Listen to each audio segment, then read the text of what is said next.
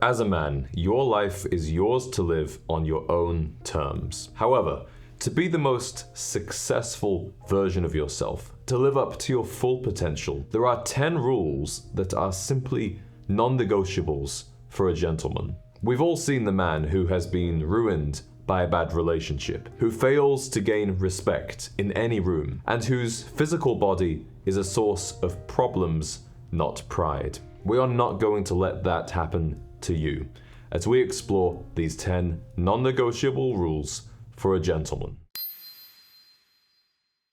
Hello, my name is James, and I am on a mission to create a generation of gentlemen. The first non-negotiable rule is to never go back to a woman who has cheated. Disloyalty of this type is not simply a physical matter, it's a matter of disrespect. And if you've lost that respect in your relationship, it's very unlikely you will be able to get it back. Now, I understand that if you're married, if you have children with this woman, it's not as simple as walking out the door. But if you're just in the early stages of a relationship, you're engaged perhaps, if you're not yet married, this is a sign to get out.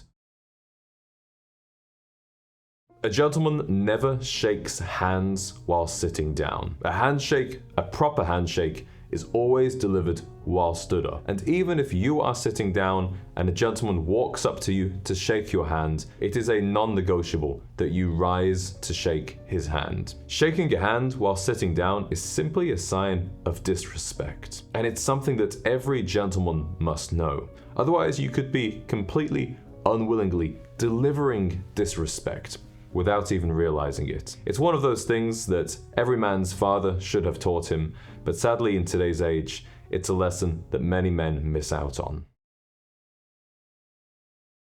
It's an absolute non-negotiable for a gentleman that you surround yourself with people who inspire you. We've all heard that you are the sum of the 5 people you spend the most time with.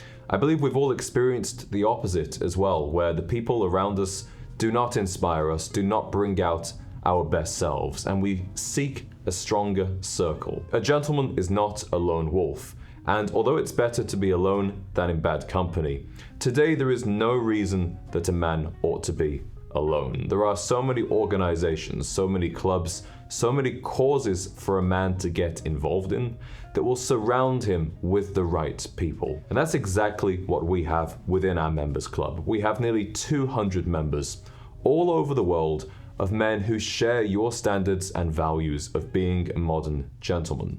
And it's not just an online community.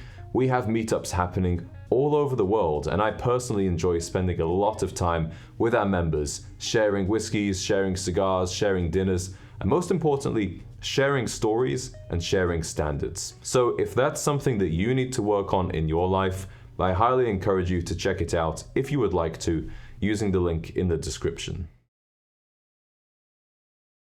A gentleman may enjoy the finer things in life, nice suits, nice watches, nice cars, but he never goes broke trying to impress others. What will truly impress somebody is the strength of your character, your accomplishments, who you are inside. A watch, a suit, a car may catch somebody's attention, but it will only truly impress shallow, negative people. The best way you can impress others is by focusing on being the best version of yourself and by providing value to the world. That won't cost you a penny. In fact, it will likely make you money.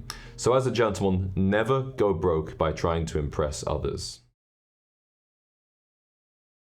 A small etiquette tip that every gentleman should know when dining out is to never eat the last piece of something you didn't pay for. Let's say you're sharing a round of oysters at a restaurant, or you're sharing a dish of mashed potatoes at a steakhouse. If you want to eat the last one, but you did not pay for the meal, or you're not intending to pay for the meal, never take it without making certain that the other person wouldn't like it. And even if you have paid for it, it is the gentlemanly thing to do to always offer the last piece to somebody else before taking it for yourself. Being in a relationship with a wonderful woman is one of the most incredible experiences in the world, and it's truly enriching for a man's life. But at the same time, it's a non-negotiable that a gentleman must never beg for a relationship. If a woman wants to be in a relationship with you, she will make that abundantly clear through her actions and her words. One of the most unattractive things to a woman is when a man is needy or desperate for a relationship. A woman is looking for a strong man who can stand on his own 2 feet. And if they decide to get together, then that's even better. But a woman doesn't want a man who cannot be by himself. And that's why even when you are single, even when you are dating, never beg for a relationship. Keep your eyes focused on your own goals, and the right woman will come along. A gentleman does not neglect the physical body, and that's why it's a non-negotiable that every man ought to work out at least 4 times a week. It's sad to see that most men's bodies are more a source of problems than pride. And I think it's unfortunate that today men confuse fitness and bodybuilding with health and wellness and vitality. Your workouts can be whatever you most enjoy and whatever suits your goals. Ideally, that would be a combination of strength training, of cardio, of flexibility, and of sport as well, bringing in that competitive edge, spending time bonding with other men. But whatever you choose, make sure that you are active at least 4 times a week. This is the minimum standard to which every man must abide. We live in a world where men are increasingly dressing down.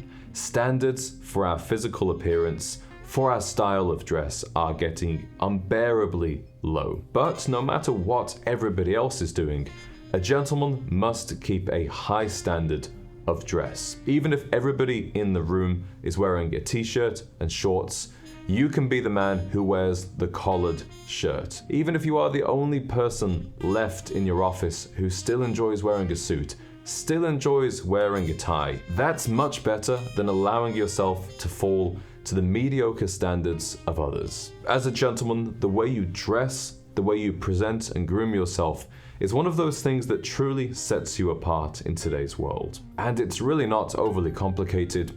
You just need a good rotation of shirts, suits, odd jackets, trousers, polished dress shoes, and a few simple accessories like a necktie and a pocket square. And if you like the look of the tie I'm wearing in today's video, and also on this valet stand here, this is our new 3-stripe country club green regimental tie, made in Italy exclusively for Gentleman's Collective. And as of now, we also have a complementing, I wouldn't say matching, it's a complementing pocket square made of white linen with a dark green bordered edge. Looks fantastic with the tie, could also be paired with many other ties, or also worn with an open collar. So if you'd like to get your hands on either of those, or perhaps both of them as a set, I will put the link in the description. It's a non-negotiable that a gentleman must have outstanding communication skills. But when we think of communication skills, often we think of speaking, of commanding attention. The most important communication skills, however, are actually about listening. A gentleman must be confident making strong eye contact. He must be an excellent listener, truly absorbing and, most importantly, understanding the other person's point of view, and be a great observer. Some people are so busy trying to get their message across that they fail to notice what's going on around them. They fail to absorb important new information. As a gentleman, you should be curious, you should be interested, you should be somewhat of a sponge, observing, filtering, understanding, and growing as a human being thanks to your communication skills.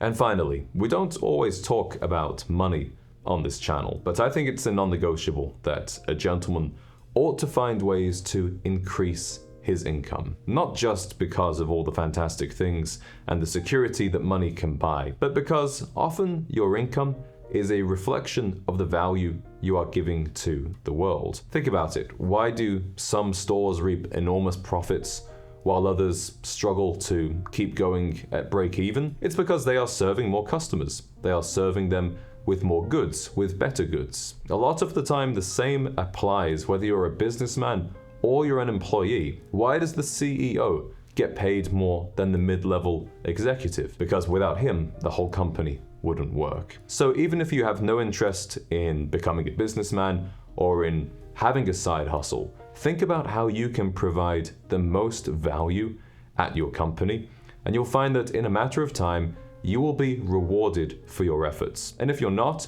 you'll be able to go to a different employer to show them the value that you can bring, and they will be prepared to compensate you fairly. Well, those were the 10 non-negotiable rules for a gentleman. Let me know with a comment which one you found to be the most useful and the most insightful. And remember, if you want to be surrounded by men on the same page, learning, growing, improving, and bonding together, our members club is the place for you. And if you'd like to check it out, you'll find that at the top link of the description. We've also got our ties, our pocket squares, and as of now, our embroidered corduroy baseball caps exclusively for the Gentleman's Collective. You'll find that in the second link in the description. Thank you for watching, gentlemen, and I'll see you in the next one.